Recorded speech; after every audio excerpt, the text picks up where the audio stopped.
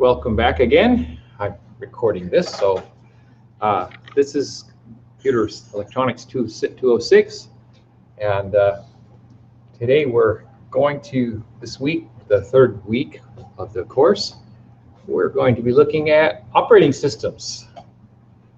And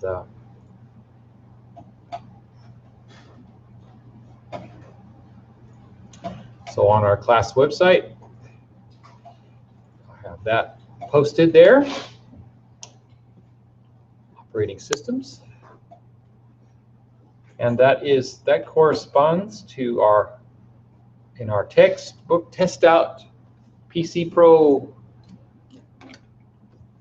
section chapter 1 part 4, operating system basics. It's the basics because there's more about the operating system throughout the course. It's kind of like chapters 1.3, which was about hardware, identifying and the name and function of different components. But then we'll go into greater detail in the class through each of the following chapters in much more detail. So, and then same thing with the operating system. We talk about what an operating system is and in general, and then we'll look at the features of the operating system in great detail. And you'll be in your homework you'll be doing some homework with the operating system in simulations as well as hardware in simulations. And then in our projects and hands-on part of the class, we will do things with the computers, and you can replicate the same things that you do in the simulations with real hardware. And that's a good thing to do, by the way, is you do a simulation and you try it with your real computer, whatever computer model that happens to be. Different computers won't be exactly like the simulation, but they'll be similar. So that's what's one nice thing about simulations. All right.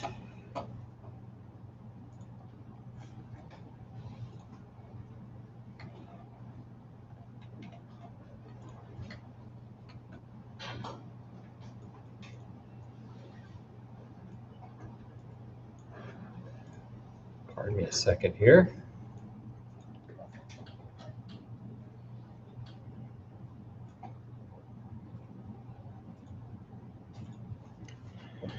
So there's a very old computer in that picture. Some computers don't have operating systems. They just run a program. They just you load a program in it and then it runs. There's no real operating system as such. That was a very early computer that did have an operating system. In fact, it even had a kind of a graphical user interface. It had a touch screen of sorts. It's a very early version of an operating system. What is an operating system? Well, it's a program that runs on your computer that makes it easier for you to use the computer. Its purpose is to allow people to interact more easily with the computer, and it also provides various functions and services to the software that runs on the computer. Right? So like it provides different things that the programs that run on it, services that make the programs run more easily. If you didn't have an operating system, then the computer would be much more difficult to use, and the programs that run on it would have to be able to know how to do everything. Like, for example, if they wanted to put something on a screen or on a display or send something to a printer, they would have to know each program would have to know exactly how to do that. With an operating system, the operating system knows how to do various tasks, various common tasks, so that the different programs that run on the computer don't have to know the details about doing those various tasks. For example, putting something on the screen. The programs that run on your computer, let's say you're playing a game or you're running a browser. Those programs, the game or the browser, doesn't have to know the details about everything about displaying things on the screen. What it does is it knows how to send commands to the operating system, telling the operating system, hey, I'd like you to display a picture for me, or I have some text I'd like you to display, and it sends a message to the operating system, and the operating system then takes care of those details.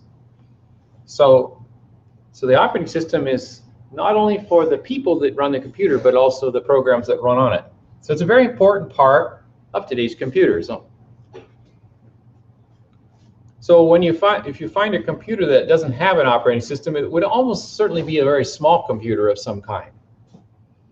We have a class here at MJC which deals with little tiny computers called microprocessors. Well, that's the name of the computer, the CPU, another name for the CPU in your computer, but it deals with those very intimately and learns about how they work and how you program them. And sometimes we program little computers that don't have an operating system. We load the programs directly into them. But that's another story. So just exactly, what does an operating system look like? How can you, of course, you know that it's a bunch of programs. It's software. And if you think of an operating system, well, you might say, oh, well, I've got an operating system. Here's my operating system. Right? It's a disk. Okay? This is Windows 10. DVD. Well, yeah, okay. There's an operating system on there. It's just pure information. It's programs. It's software. But sometimes it's nice to have a kind of a visual model, and I think this one is a good one. The operating system has a central control called the kernel. The kernel is what runs everything else. And it's K-E-R-N-E-L. The R kind of looks like it's squashed up against the M there, so it looks like Kemmel, doesn't it? But it's kernel, K-E-R-N-E-L. Kernel is what controls, it's a central part of the operating system, and then everything else attaches to it. And so what other things does it provide? Well, the operating system provides, first of all, the thing that you notice the most is the interface. That's the part of the operating system that you, the user, interacts with. The part, when you think of an operating system, you probably think of the look of the operating system. You think of Windows or the different types of functions that an operating system provides. You think of the mouse and the mouse pointer, and you think of files and folders, and you think of menus and icons, things of that sort. So that's all part of the interface. And there's different kinds of interfaces, different styles of interface. Another thing that the operating system provides is a file system. A file system is the part of the operating system that takes care of storing information, storing data. When the computer isn't working on some particular piece of data, it probably will store it. It doesn't have to, but it can. It depends on the way the programs are written, the software, as to whether it does that. And there needs to be some way to organize that information, and that's provided by a file system.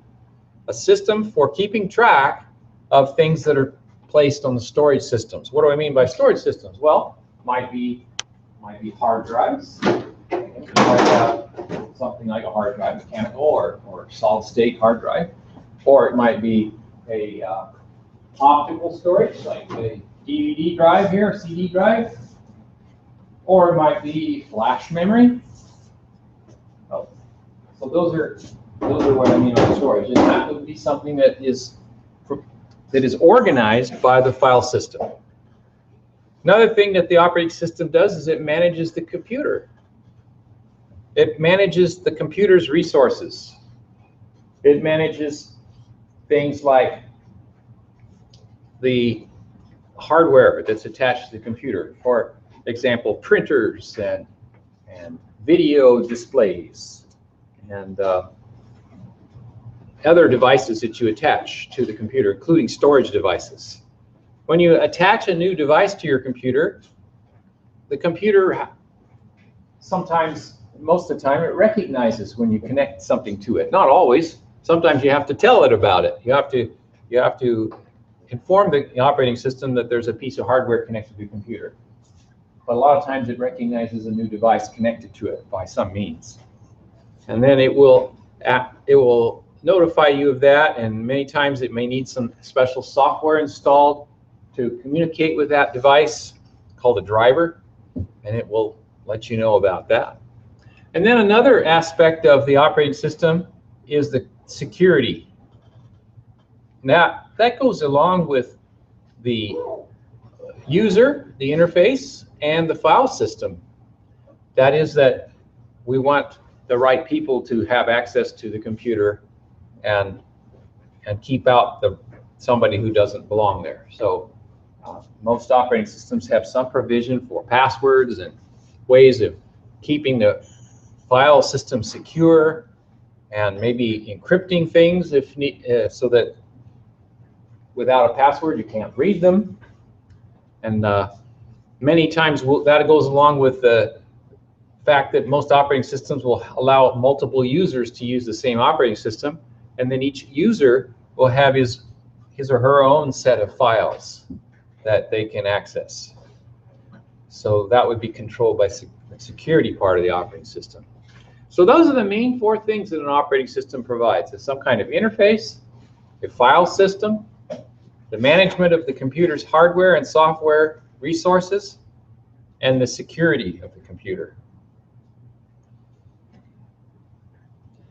Here's another way to visualize the operating system. Sometimes, again, in that mental model here, if you look at an operating system, you don't see this, but this is a way to think about how it functions. And that is that it has layers. Layers. At the top of this layered system, we see the user, you and me, people. People communicate with the operating system.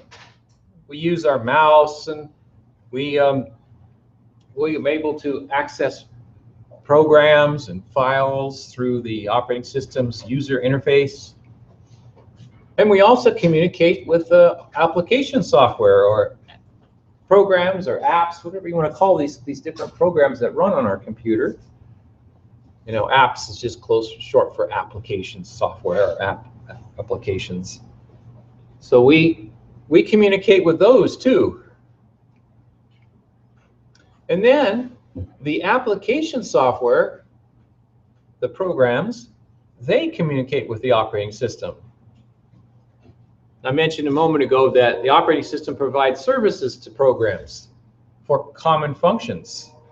For example, when the application, the software wants to access the file system to read some data from a file, it communicates with the operating system, and the operating system then provides that service to it. It gets that file for it, for the application software. The application software doesn't directly communicate with the file storage device. The application software doesn't directly communicate with the hard drive, for example, the storage devices. That wasn't always the case. Many years ago, some of the early personal computers would have the software directly access the hardware. Let me show you a picture of an old computer that I'm speaking of, which did that. So just Google this here real quick. Oh, that's really old. I still have this. This was considered a personal computer. All right, this was a computer sold by Radio Shack, TRS-80.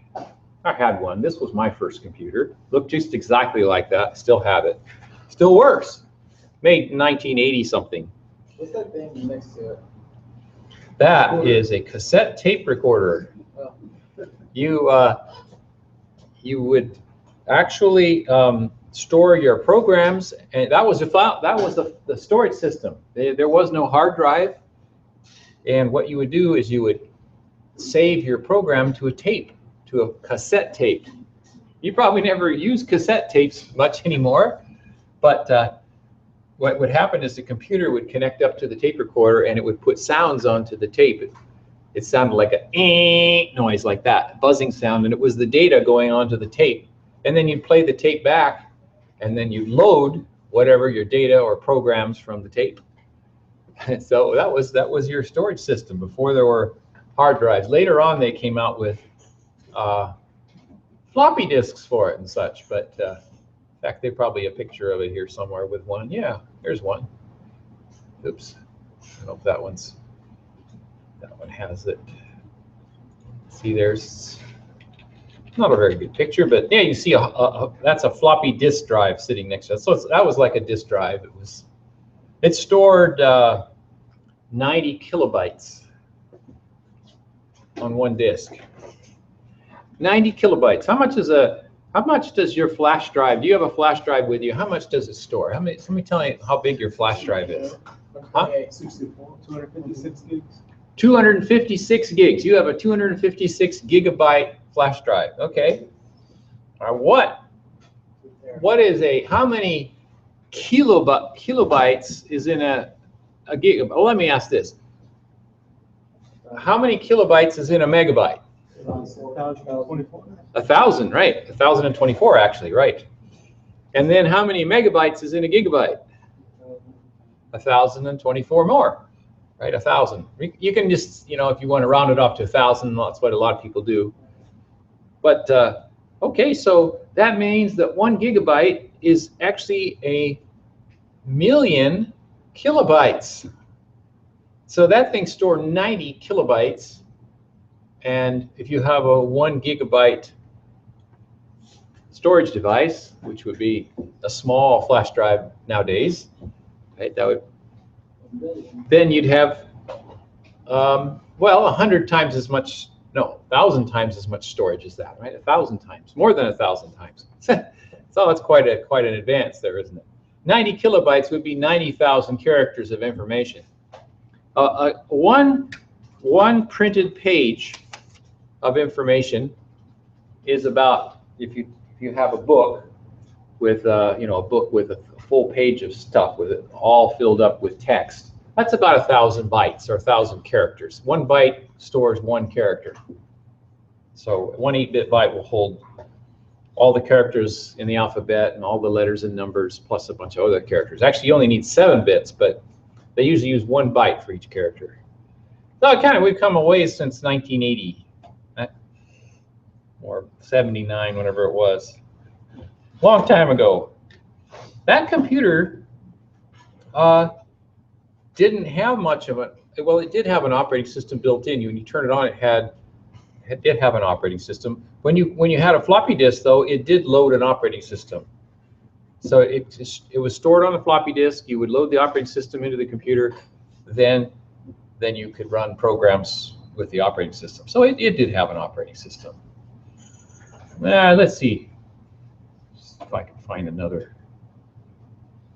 just another example here. It's kind of interesting to look at these old things.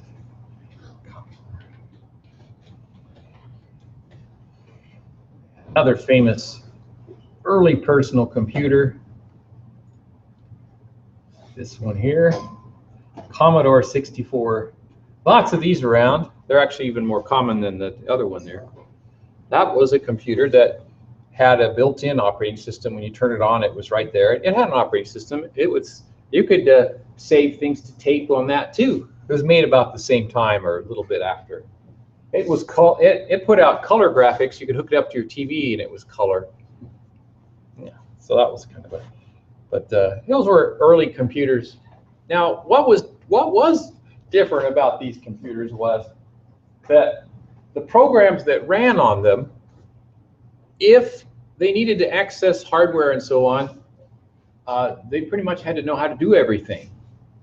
So they knew how to write to the video and so on. The programs that were written for these computers was written specific to that hardware right there, that computer. So if they changed the design of that computer significantly, then you would have to rewrite the software. And that was the problem. Same thing with the with the TRS-80 here. You had to, when they came out with a new model, which they did, they called it Model 2, and then there was a Model 3 and a Model 4. You had to rewrite the software for the new models. Now, well, we've gotten away from that nowadays, and that's for a good thing, I think. And that is that we can now have different models of computers that run the same programs, but the hardware can be different. And that's because of this idea of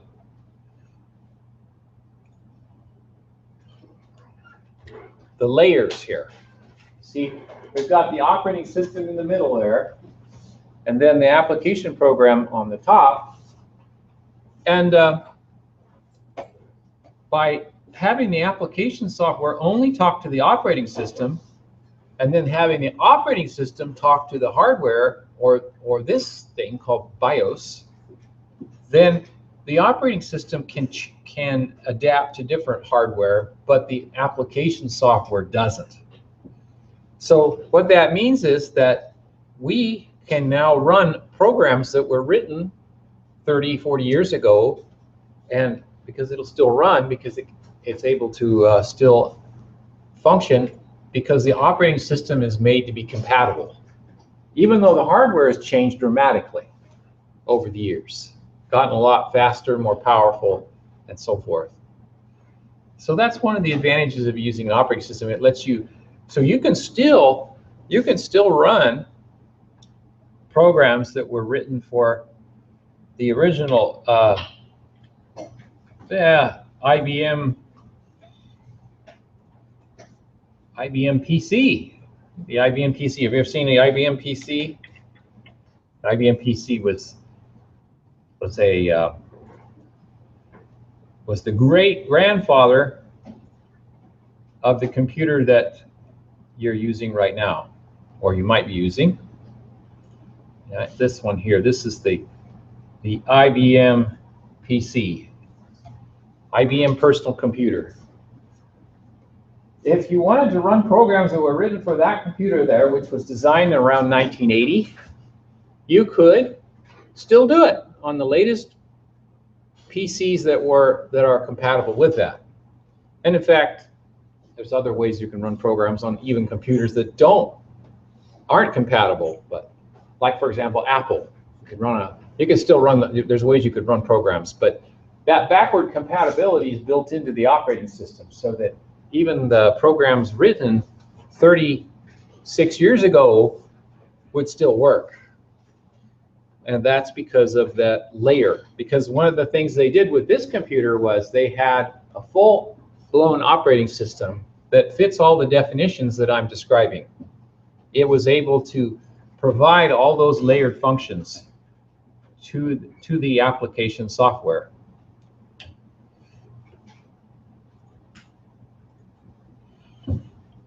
And so that's a nice thing. That's a nice feature that it acts as a go-between there.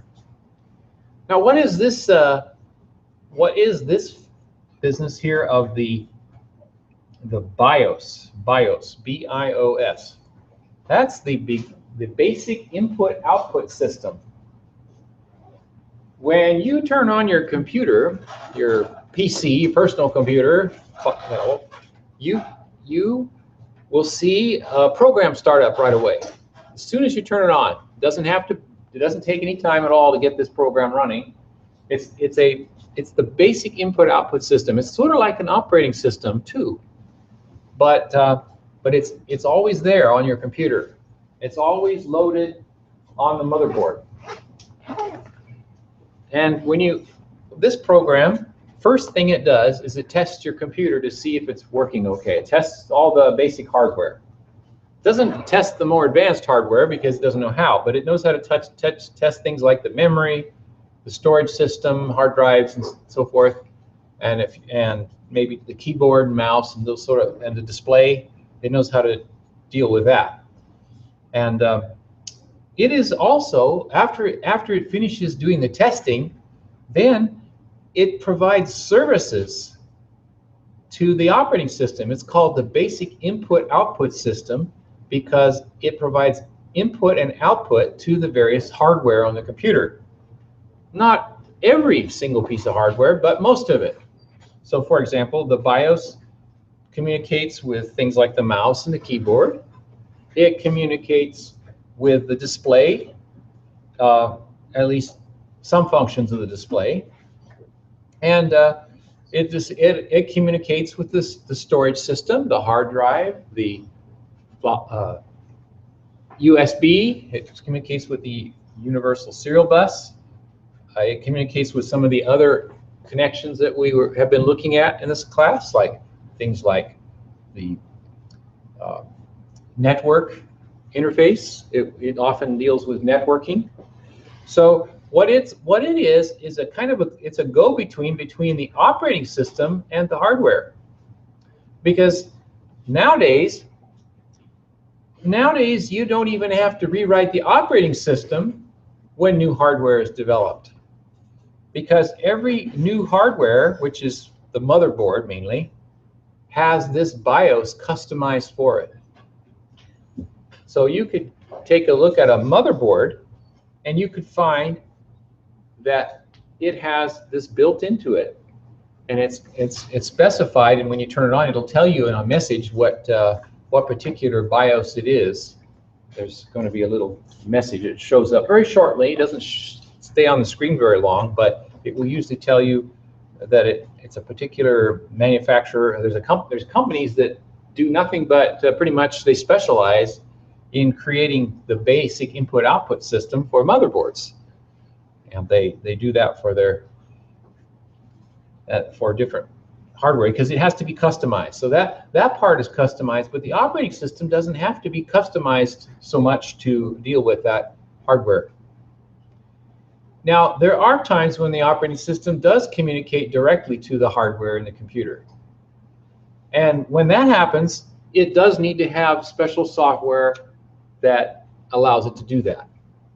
And that's called a driver program. So the reason for that is that the BIOS is not able to anticipate all the possible hardware that might be out there. It deals with the basic hardware, the stuff that almost every computer has. Hard drives, video display, keyboard, mouse, the networking connections, things like that. It knows how to deal with that, but it doesn't know how to deal with some of the more specialized things. Like, for example, video displays. A lot of video displays have more advanced functions. They can display things in ways that the BIOS doesn't know how to deal with. So that's why often you have to put a driver program has to be loaded so that the operating system then is able to communicate directly with, say, the video system to display things. Well, that's pretty much a pretty good model there of how things work, the layered model, with the operating system in the middle, the hardware at the bottom, and the user at the top of the stack there. And we have these different layers of communication, data flowing back and forth. And well, now that we have that, that's why you can have, say, an operating system that you can run on so many different, like Windows, you can run on many, many different models of computers. Different manufacturers put different components. Some of the components vary from one manufacturer to another. But because the BIOS is customized for each computer's motherboard, then the operating system can communicate with those different hardware features. Now, what are some of the characteristics of an operating system? Well, one of those characteristics is the ability to multitask. Multitasking is not a feature of every operating system. It certainly could be an operating system that can't do multitasking, but most operating systems, now to any modern operating system, pretty much this would be a standard feature. Multitasking is where allows you to run more than one program simultaneously, or at least appear to run more than one program simultaneously. Simultaneously in that it may not actually run them at the same instant, but because it switches between the different programs so quickly, it appears that they are running simultaneously. And most operating systems nowadays would support that. Windows certainly does that. Linux does that. Apple's iOS operating system does that. And many other operating systems do that as well. There are two kinds of multitasking.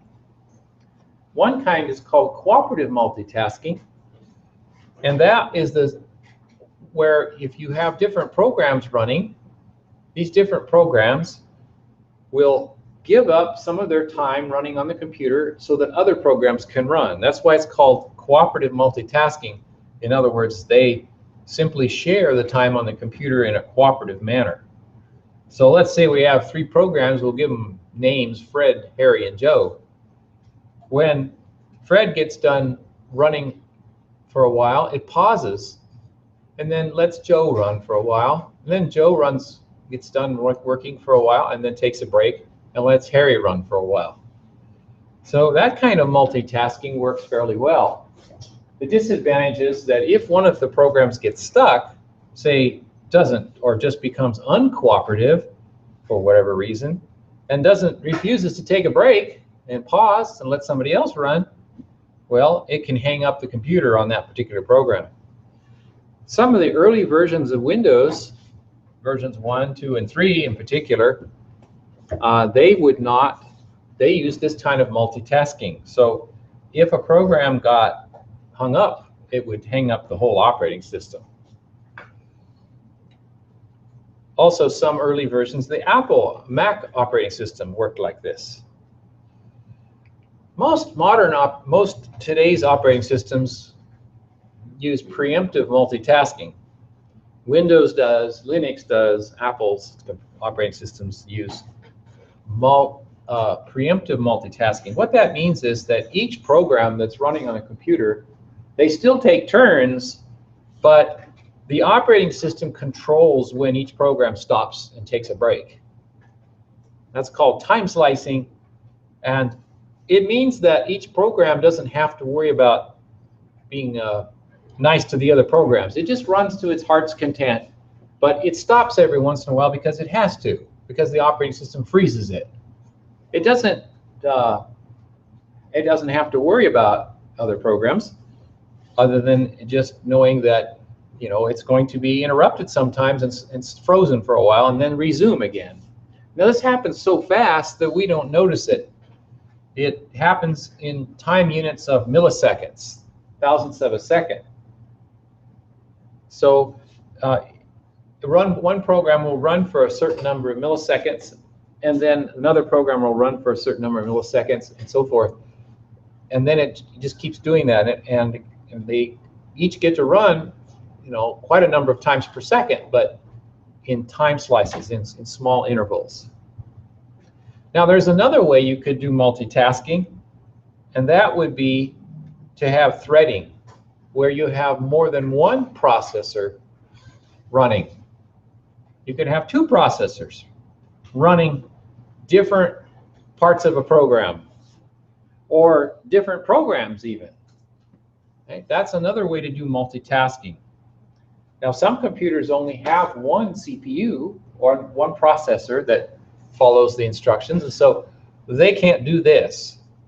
But a lot of today's computers have 2 or dual processors, dual cores they call them, or they might have 4 quad core, or even more. And there's really no reason why you couldn't even have more than that.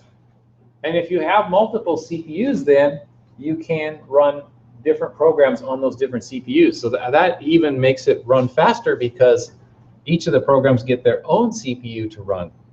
Now they still might have to share other resources like memory and the video display and the storage system, but at least they can run quicker than they would with just one processor. Another characteristic of an operating system is the user interface. One kind of user interface is a text line. Text line. That's what the text line looks like in Windows. The text line command. Sometimes people call that the DOS prompt or the command console. It's got different names. But what you're doing here, if you open up one of these windows to communicate with the command to the prompt, is that you are communicating directly with the kernel of the operating system. Now remember this part? Right? The kernel is the center of the operating system. It's like the boss. It's kind of like the colonel in the army. It's kind of the boss. So you are talking to the kernel and you're giving it commands directly. There's a command that says copy text file .text. So you're telling it to copy some file that's in the file in the operating system. A lot of the commands have to do with the file system, but there are commands for all kinds of things. Now it used to be that the early operating systems on computers like this guy, the IBM PC, that's all you had. You didn't have a graphical user interface. You didn't even have a mouse to move around. You just had a keyboard. So all the commands were done with that type of interface. When you wanted to run a program, you typed the name of the program in. There was no icons that you could click on. When you wanted to find a file, you had to do it by using commands from the keyboard. You didn't have icons with folders and files with little pictures of the files that you could click on. There wasn't anything like that at those days. That was called the text line interface. Now we have the graphical user interface. When you think of the operating system, you think what it looks like.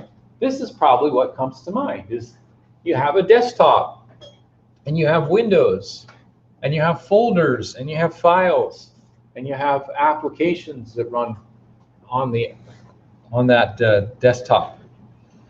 And we have this pretty visual interface, and we can use our mouse to do a lot of the things that we would have to type in commands.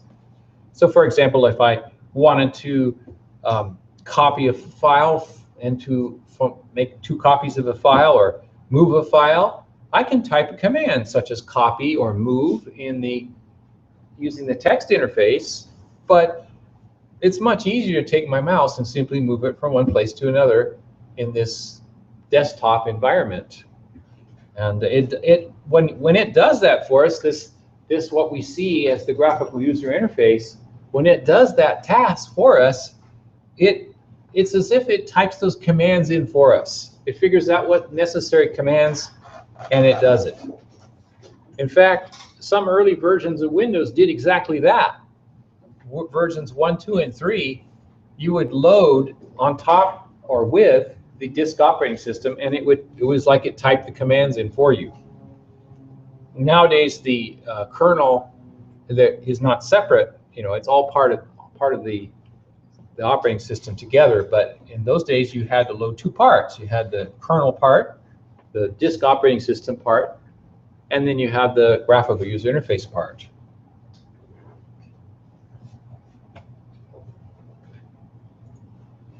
And then you have another part of the major part of the operating system, or the characteristics, is the file structure.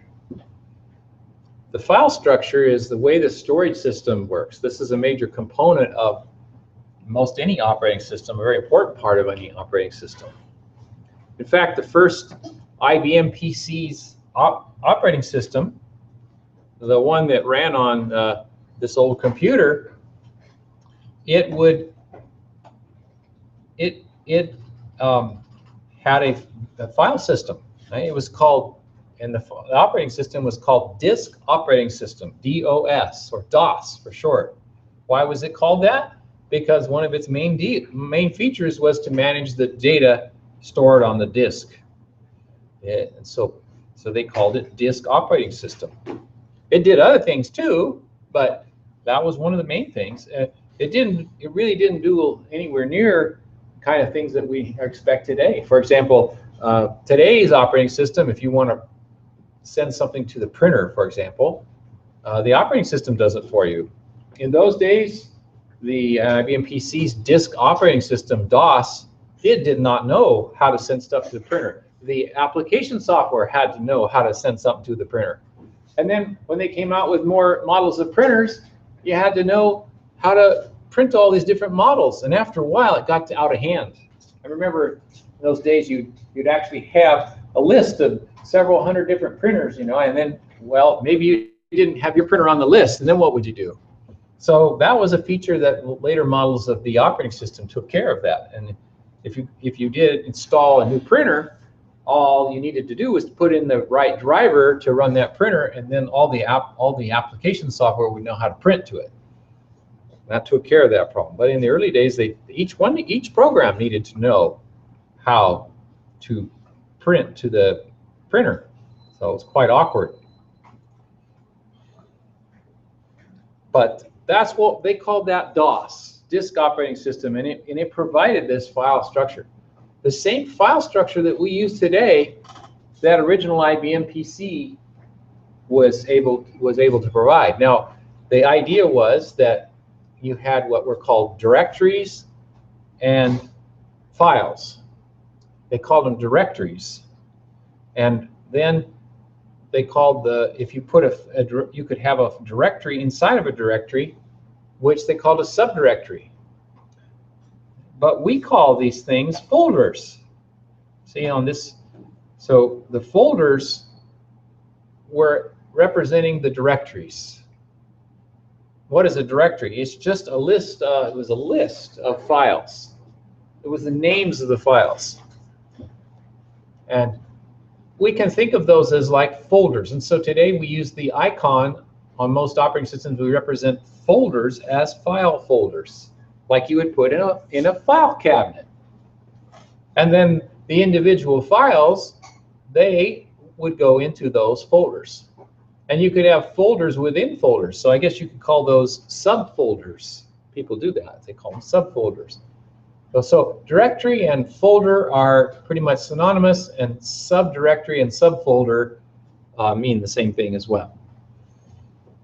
And then your files, with a graphical user interface, they're represented by icons to help us recognize what they are. The type of file. We get a visual picture of what the file looks like, but it's just a representative icon, a little image that represents it. In the older style operating system with a text-based interface, you didn't have icons, but you could recognize the type of file there was a thing called the extension on there that would tell you what the name of it was. It was usually a 3-letter extension. Now, how did the operating system keep track of all these different files? Well, it did this with a file allocation table, or FAT for short. The file allocation table is something we still have today. Any hard drive, solid state or mechanical, doesn't matter, or flash drive, or CD, or DVD, optical drive. All of those devices have file allocation tables. They have. It's sort of like it's a directory of listing all of the different, or should I say it's a list, listing all of the different directories or folders and the contents thereof and where each of those things is located. Well, naturally, this is a very important thing to have on your hard drive, that this be maintained properly. If it gets corrupted or something, then you could lose information. In fact, that was a way that sometimes things would happen to the file allocation table. That still happens today. Sometimes you lose something in the file allocation table for one reason or another, and you lose where the file is. You can't find the file anymore. So it's a really important thing. Another thing you might notice about the file allocation table was the names of the different types of file allocation tables. As you might expect, file allocation tables have changed over the years. The first file allocation tables that ran on those floppy disks, like on this old IBM PC. Now that, what you put in there was a black floppy disk. Well, maybe you've never seen a floppy disk. Maybe you never used one anymore. You haven't used them for quite a few years. But floppy disks are still around. You can still buy them. And well, these are actually a little different than what that computer used, right? This is they call this a floppy disk, even though it's not very floppy. What I meant by that was there were disks that were bigger ones. Used to have some around. There's still some here last kept for show and tell. I guess not. Well, we may have gotten rid of those. I don't know. But you use big versions of this. But each one of those has a file allocation table. This floppy disk has a file allocation table. The computer under the desk has a floppy drive on it. It's they're 3.5 inch. This was a 5-inch floppy disk, which is a bigger one. But actually, these hold more than those did. Interestingly, they were able to hold 360 kilobytes. I remember that was the size, and these hold 1.2 megabytes or 1,200 kilobytes. So they're smaller and they hold more. But the point is that each one of these things has to have a file allocation table so that you can locate the information on it to be able to look it up. So that's an important part of your operating system. So you notice there that the names of the different ones, there was a thing called FAT12. Well, FAT12 was for floppy disks. And the 12 refers to how many bits or zeros and ones each entry had for its location, for its index. There was 12-bit index. Basically, it meant that with 12 bits, with 12 zeros and ones, you can have up to 4,096 different things. Because if you have 12 zeros and ones, you can have 4,096 combinations of those different bits. So that was big enough for a floppy disk. But then hard drives, they would use FAT16, which used a few more bits, and that gave it more possibilities. Instead of 4,096, it could do 65,536 with 16 bits. Well, that was okay for smaller hard drives, but then when the hard drives got even bigger, they went to 32-bit file allocation table. And 32-bit gives you 4 billion. 4 billion in sum. You can take your calculator, by the way, and figure out how many things something holds with the number of bits if you have your calculator. Here's a calculator. Right. One's in Windows here.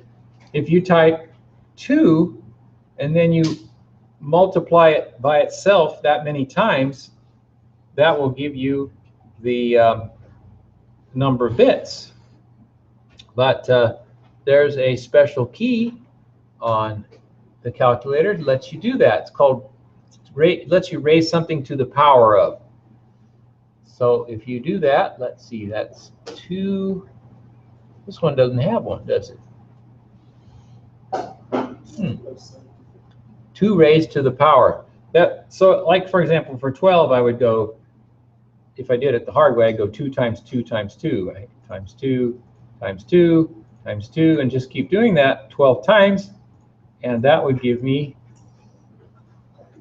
keeps doubling, 256, 512, 1,024, 2,048, and then 4,096. So I did that 12 times, and that's what that gives you.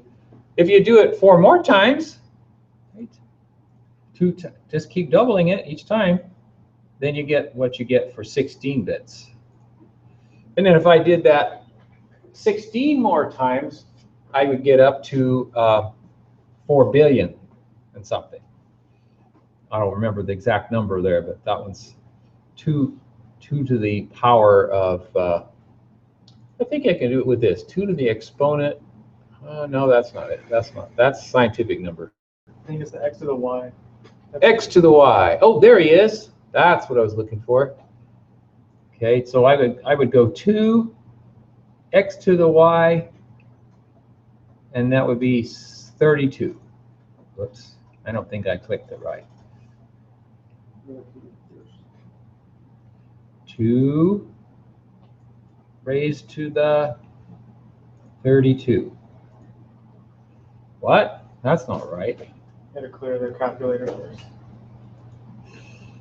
2 raised to the 32. There we go. That's what I was looking for. 4,294,976,296 different possibilities with 32 bits. Well, we call that 4 giga, right? 4 billion. 4 billion things. So that's what you would get if you had a 32-bit file system. And that was big enough to handle, that was able to handle fairly big hard drives up until recently. Then the hard drives got even bigger, and they got to the point where they needed even a larger system. And well, they could have called that FAT64, I suppose. They tended to double the number of bits every time. But they called it New Technology File System, or NTFS. So that's what Windows 10 uses. There is no Windows 9. Does anybody know why there's no Windows 9?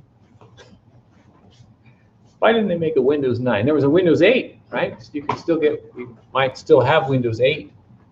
There was a Windows 7. In fact, these computers have Windows 7. Windows 7 is really popular. Windows 8 had some things about it that some people didn't like, but anyway, those 3 operating systems, Windows 10, Windows 8, and Windows 7, they had NTFS, and so did some of the other operating systems that preceded them. The new technology. The reason why they didn't do a Windows 9 was that they didn't want people to get confused with Windows 95 and Windows 98. There were 2. Those were by the year that they came out. Windows 95 came out in 1995, so they called it Windows 95, and Windows 98 came out in 1998. And they figured that Windows 9 would get confused with that, so then they skipped it. And so I guess they changed their plans as how to name things, didn't they? Now, other operating systems would have other kinds of file systems, but they all do this same kind of thing. They all have some kind of file allocation table. So that's important to its function. That's part of the file structure. Okay. Well, let's see here. It has been an hour, so why don't we take a little break for a few minutes and come back, and we'll go to part 2 here of this presentation. So I'm going to stop this broadcast on our Google Live, and